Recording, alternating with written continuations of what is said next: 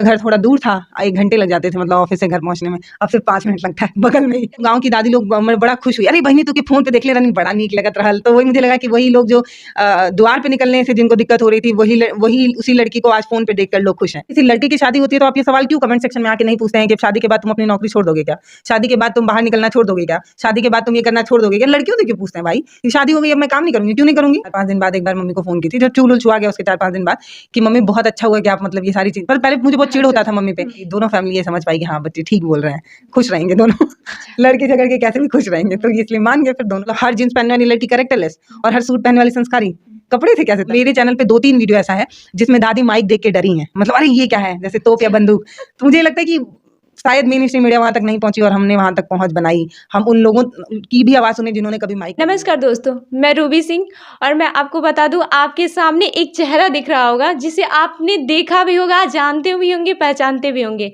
भारत एक नई सोच, आपने सुना होगा इसका नाम और इसके मिलियंस में सब्सक्राइबर्स हैं और इसकी जो चीफ एंड एडिटर, संपादक जो भी कह लीजिए, संपादक जो भी कह लीजिए, सब यही हैं और इनका नाम है पल्लवी राय। नमस्कार पल्लवी जी। नमस्ते, कैसी हैं आप?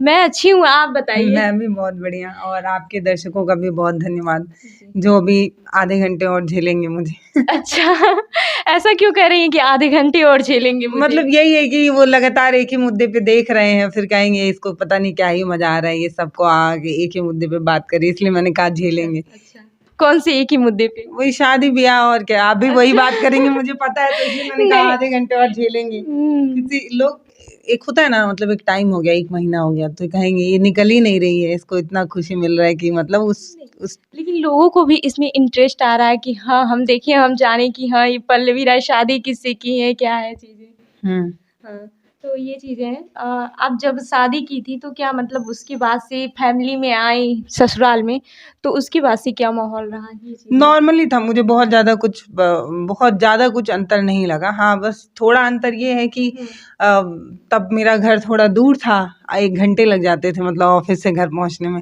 अब सिर्फ 5 मिनट लगता है, बगल में ही। अच्छा। तो अब मतलब एक जो टाइम बर्बाद होता था मेरा घर से ऑफिस आने के बीच का, डेली 2 घंटा बर्बाद होता था। सुबह 1 घंटा ऑफिस आने में और शाम को 1 घंटा पहुंचने में।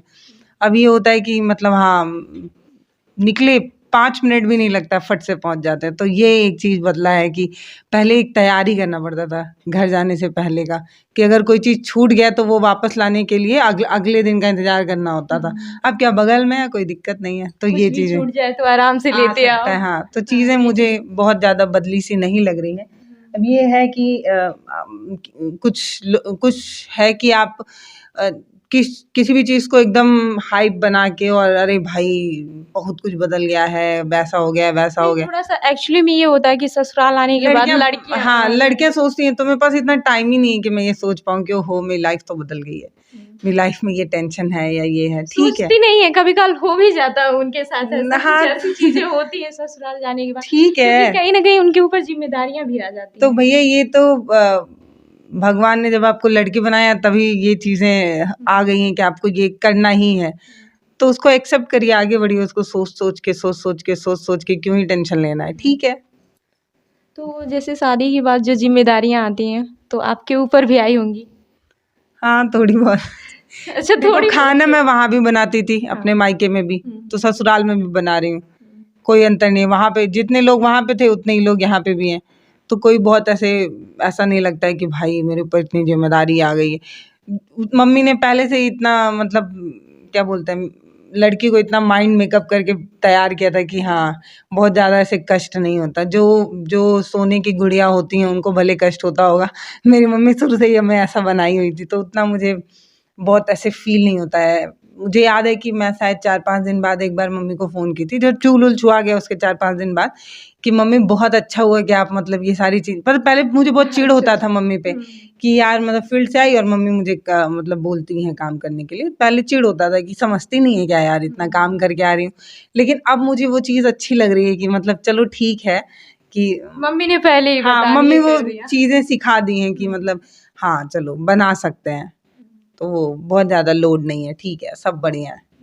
ऐसा मैंने सुना था और वीडियो में आपके मैंने ये देखा भी था कि आपकी शादी को जैसे कि मतलब बहुत ज़्यादा दिन पे शादी हुई, जैसे 6 साल लग गए मनाने में। तो इसकी स्टोरी मुझे थोड़ी-सी बताइए कि ऐसा क्या है? ये था कि थोड़ा कोई भी फैमिली लव मैरिज को सपोर्ट नहीं करती है अपने यहाँ, अपनी सोसाइटी ऐसी है, वो नहीं सपोर्ट करती है। उनको ये लगता है कि हमारे सामने पैदा हुए बच्चे हमसे ज़्यादा समझदार हो जाएंगे, तो उनका डिसीजन कैसे ही सही होगा ना। ये गार्जियन की अपनी सोच होती है कि ये बाल धूप में नहीं सफ़ेद हुए हैं, उम्र का तकाजा है, हमने ये सीखा है, तो बच्चे का डिसीजन कैसे ही सही होगा। तो फिर वो 6 साल लग गए उसको प्रूफ कराने में कि नहीं हम सही हैं। फिर एक टाइम आया कि दोनों फैमिली ये समझ पाई कि हाँ बच्चे ठीक बोल रहे हैं, खुश रहेंगे दोनों लड़के झगड़ के कैसे भी खुश रहेंगे, तो इसलिए मान गए। फिर दोनों लोग, फिर हो गई शादी। एक पूरा टाइम दिया गया प्रॉपर दोनों फैमिली को कि नहीं, कि मतलब एक प्रेशर डाल दिया गया कि नहीं नहीं हमें तो करना ही है, ऐसा नहीं। पूरा टाइम मिला दोनों फैमिली को समझने के लिए कि हाँ ठीक है। दोनों लोग जब एकदम हामी भर दिए तभी Satisfied हो गए हैं हाँ पूरी तभी हुआ अच्छी शादी। तरीके से। हाँ, बाद में किसी भी फैमिली पे दबाव नहीं बना के कि मतलब बाद में किसी को भी कष्ट हो। पूरा टाइम लिया दोनों फैमिली ने, जब दोनों लोग हाँ बोले तो फिर शादी हुई। अच्छा पल्लवी जी, जो आपकी मतलब आप जब स्टार्टिंग में आपने स्टार्ट किया था भारत एक नई सोच, तो इसका विजन क्या था?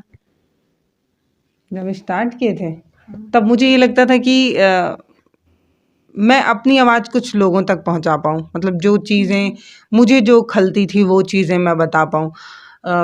मुझे शहर से एकदम गांव देखने को मिला था। मेरी परवरिश जो है पूरी गोरखपुर में हुई है, मतलब मैं ग्रेजुएशन पूरा गोरखपुर से की थी। उसके बाद कुछ पारिवारिक कारणों की वजह से मुझे गांव जाना पड़ा था।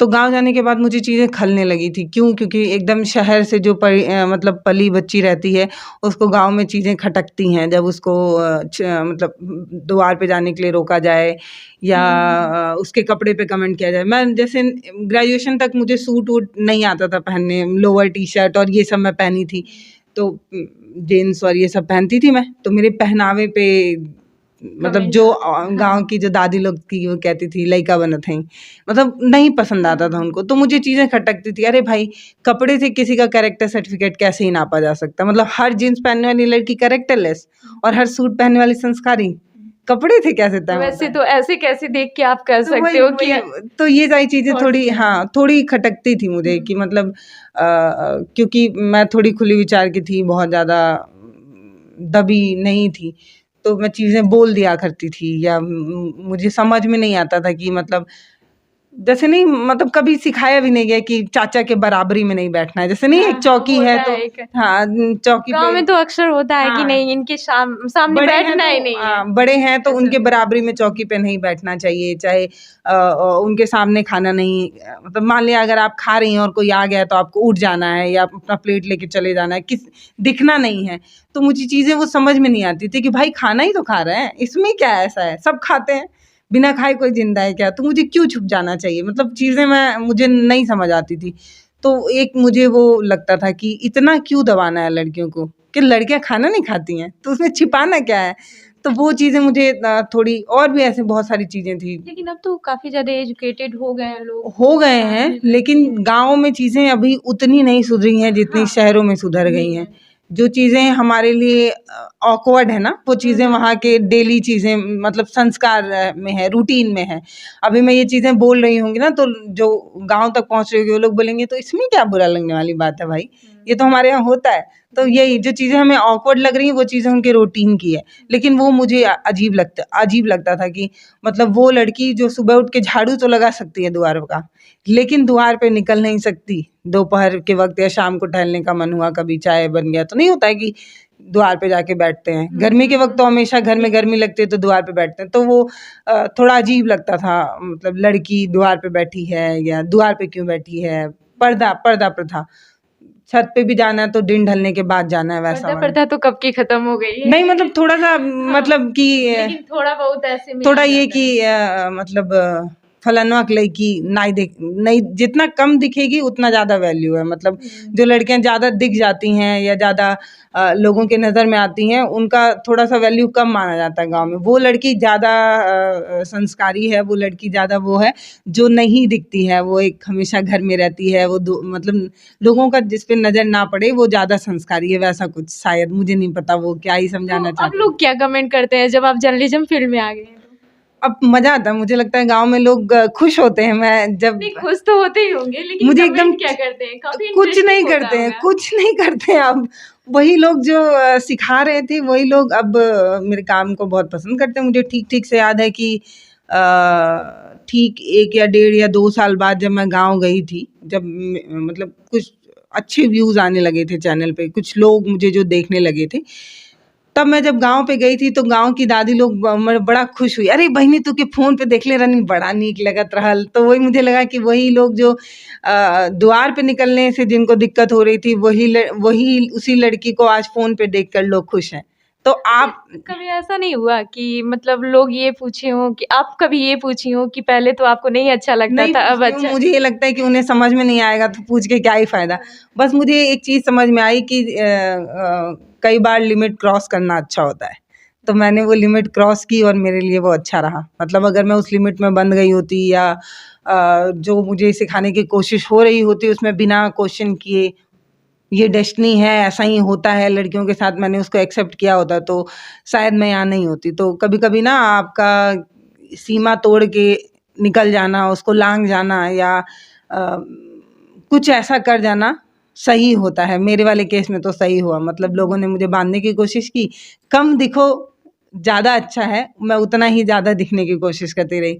आप मुझे छत पे जाने से रोकेंगे, कोई बात नहीं, मैं लोगों के फ़ोन में दिखना शुरू कर दूंगी।